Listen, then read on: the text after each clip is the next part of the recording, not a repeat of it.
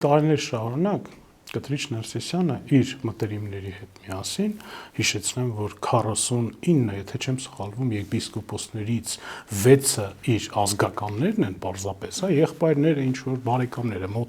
մտերիմ ազգականները, դրանից բացի գոյություն ունեն բազմաթիվ ուրիշ մտերիմ մարդիկ, որոնք որ տարբեր ուրիշ պաշտոններ են զբաղեցնում եկեղեցում, դա տնտեսական, ինչ որ դիվանագիտական եւ այլն։ Ինքը այդ բուրգը կառուցել է տարիներ շարունակ, տասնամյակներով, եւ այդ բուրգի այդ մեխանիզմի աշխատանքը ինքը հիմա փորձում է այնց անել, որպեսզի ոչ մի վրիպում չլինի, ոչ մի ինչ որ մեղադրանք միգուցե իր հասցեին այդ բուրգի կողմից, այդ իր մասնակիցների կողմից։ Դա մի շատ խորամանկ քաղաքականություն է, որը որ այսօր վարվում է Կտրիչ Ներսիսյանի կողմից։ Եվ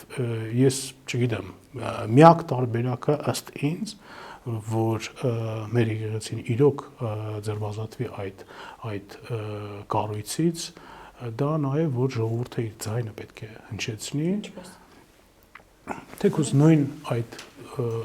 տարբեր միջոցառումներին, եկեղեցական միջոցառումներին մասնակցելով։